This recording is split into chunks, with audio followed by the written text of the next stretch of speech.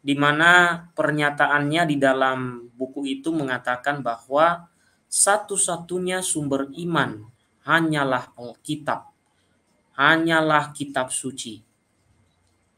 Nanti Bapak Ibu tolong beritahukan kalau suara saya kurang baik karena di daerah sini sudah tanda-tanda hujan lagi. Tapi biasanya kalau hujan malah lebih bagus daripada tidak hujan jaringannya ya. Baik, saya ulangi lagi. Dalam buku jurnal itu dia mengatakan bahwa satu-satunya sumber iman adalah Alkitab atau kitab suci. Maka di thumbnail itu saya berkata, sebelum ada perjanjian baru, mengapa ada orang yang beriman? Kalau memang sumber satu-satunya itu kitab suci, dalam konteks ini adalah perjanjian baru. Karena dalam sejarah kekristenan, perjanjian baru itu ditulis sekitar tahun 60-an ke atas. Demikian juga pengkanonannya baru selesai sekitar awal abad keempat. Bagaimana mungkin saat itu orang beriman tapi tidak ada kitab suci, terutama yang berbicara tentang Yesus, yaitu perjanjian baru. Pertanyaan besar untuk kita adalah seperti yang saya tanyakan itu. Lalu mengapa ada orang yang beriman sementara kanon kitab suci pun belum ada? Dan kitab suci pun belum ada saat itu, belum dikanon. Mengapa bisa seperti itu? Bagaimana dengan pernyataan yang mengatakan sumber iman satu-satunya adalah Alkitab? Pertanyaannya, sebelum ada Alkitab di kanon, itu iman orang itu dari mana sumbernya? Ya kan? Sebelum Alkitab di kanon jadi buku, lalu orang yang beriman itu sumber imannya dari mana? Kok bisa dia beriman belum ada kanon kitab suci? Jika seandainya sumber iman satu-satunya itu Alkitab, maka seharusnya sebelum ada tulisan itu selesai di kanon, nggak ada orang yang beriman. Harus ada dulu bukunya, baru ada orang yang beriman. Ini kan logika sederhana, ya, logika sederhana.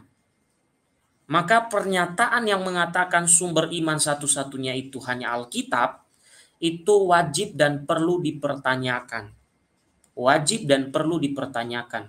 Bukan meragukan Alkitabnya, ya, bukan meragukan Alkitabnya, tapi perlu dipertanyakan karena ada masa tidak ada itu buku. Ada masa tidak ada itu kanon itu. Tidak ada kitab suci yang Anda pegang saat ini. Ada masa ketika kitab-kitab itu dikumpulkan dulu. Tapi para rasul terus mewartakan. Pertanyaannya kan, para rasul menggunakan apa mewartakan waktu itu masih belum ada kitab suci? Terutama PB dalam konteks ini. Nah, itu yang perlu menjadi pertanyaan bagi kita. Kalau seandainya memang kitab suci satu-satunya sumber iman, maka seharusnya baru ada orang beriman Kristiani itu pada abad keempat. Karena baru selesai kanon abad keempat. Ya. Nah, untuk memulai ini saya tunjukkan di mana ada pernyataan itu dalam jurnal atau buku itu.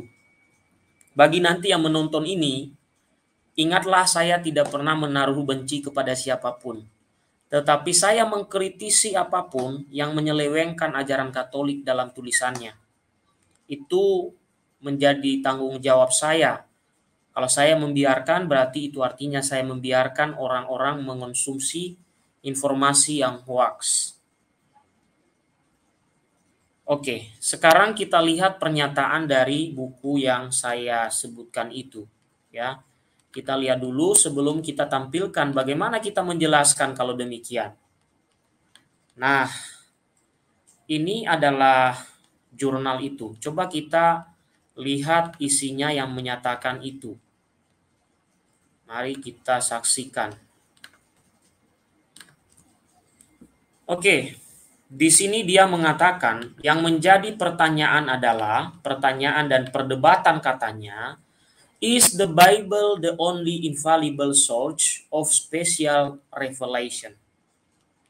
Dengan kata lain, pernyataan ini mau mengatakan bahwa Sumber dari iman satu-satunya itu hanya Alkitab. Konteks ini Alkitab yang saya maksud adalah Perjanjian Baru. Ya, Perjanjian Baru.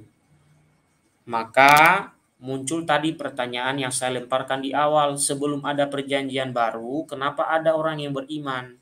Kalau memang harus ada buku itu baru orang bisa beriman.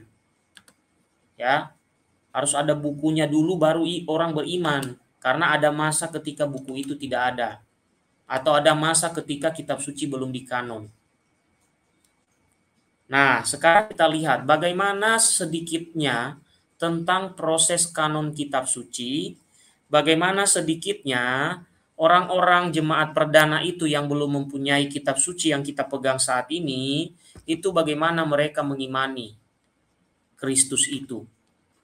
Nah, maka saya tampilkan di sini tulisan dari Uskup Baru Amboina, yaitu Romo Inongutra. Ya, beliau pernah menulis salah satu tulisan yang berjudul Asal-usul Kitab Suci. Jadi saya hanya meminjam saja tulisan ini dan saya perjelas. Baik, kita mulai saja. Mari kita lihat apakah benar sumber iman satu-satunya itu adalah kitab suci. Ya. Dan sampai saat ini itu juga masih perlu dipertanyakan kepada penganut sola scriptura. Kalau sumber iman satu-satunya kitab suci, seharusnya mereka tidak merayakan apapun yang tidak tertulis dalam kitab suci. Tidak merayakan, tidak mengadakan perayaan Natal, tidak memasang pohon Natal, tidak ada sinterklas di gerejanya, kemudian tidak merayakan hari Minggu, kemudian tidak merayakan atau tidak mengakui Allah Tritunggal. Karena apa? Itu semua sumbernya bukan satu-satunya dari Alkitab, tapi dari tradisi suci para rasul. Itu sebagai pembuka sebelum saya bahas tentang sejarah asal mula kitab suci ini. Dan terkait untuk memberi penjelasan bahwa Alkitab bukanlah satu-satunya sumber iman. Karena sampai saat ini umat Kristiani masih mengakui Allah Tritunggal, dan Allah Tritunggal itu dipertegas dan dibuat secara detail dalam konsili-konsili. Berarti selain kitab suci ada konsili. Makanya ada pengakuan iman rasuli atau kredo. Berarti kalau Anda mengakui kredo, kredo itu kan hasil dari mempertegas iman Kristiani dalam konsili atau iman rasuli itu adalah hasil dari mempertegas iman Kristiani dalam konsili-konsili. Artinya apa? Bukan hanya kitab suci sumber iman, tapi tradisi suci. Baik, alasan yang mendasar kenapa kita seperti itu mari kita bahas. Sejarah asal mula kitab suci. Saya bacakan karena panjang sekali tulisan ini, saya akan bacakan. Bapak Ibu tolong beritahukan saya kalau suara saya tidak terdengar ataupun penjelasan saya kurang putus-putus atau bagaimana ya. Oke, baik. Banyak orang sekarang ini mendirikan gereja berdasarkan kitab suci. Pertanyaan yang muncul, siapakah yang menciptakan kitab suci? Apakah kitab suci menciptakan gereja? Atau gerejalah yang menciptakan kitab suci?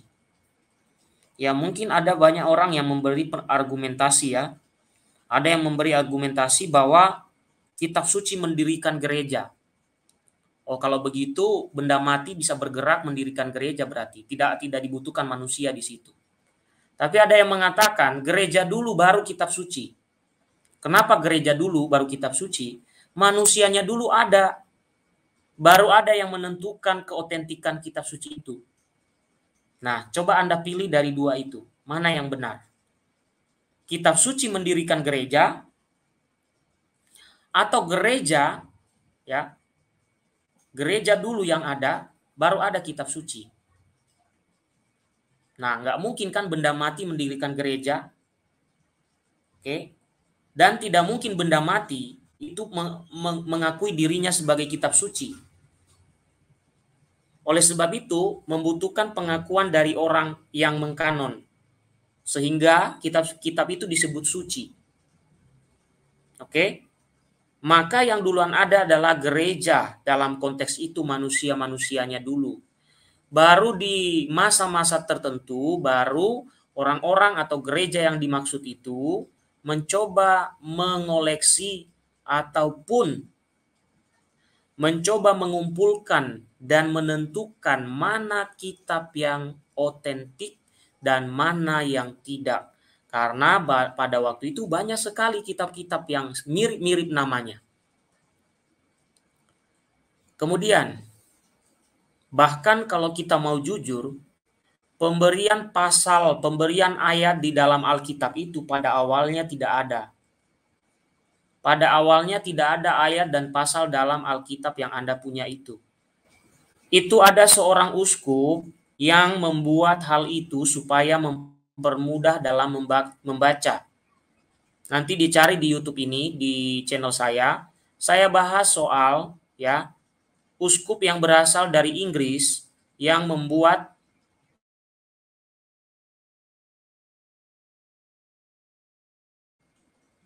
ya untuk mempermudah ketika membaca. Jadi yang membuat ayat dan pasal itu tidak ada sejak awal. Tapi itu hasil kerja keras dari para uskup, terutama uskup yang berasal dari Inggris. Agak saya lupa namanya ya.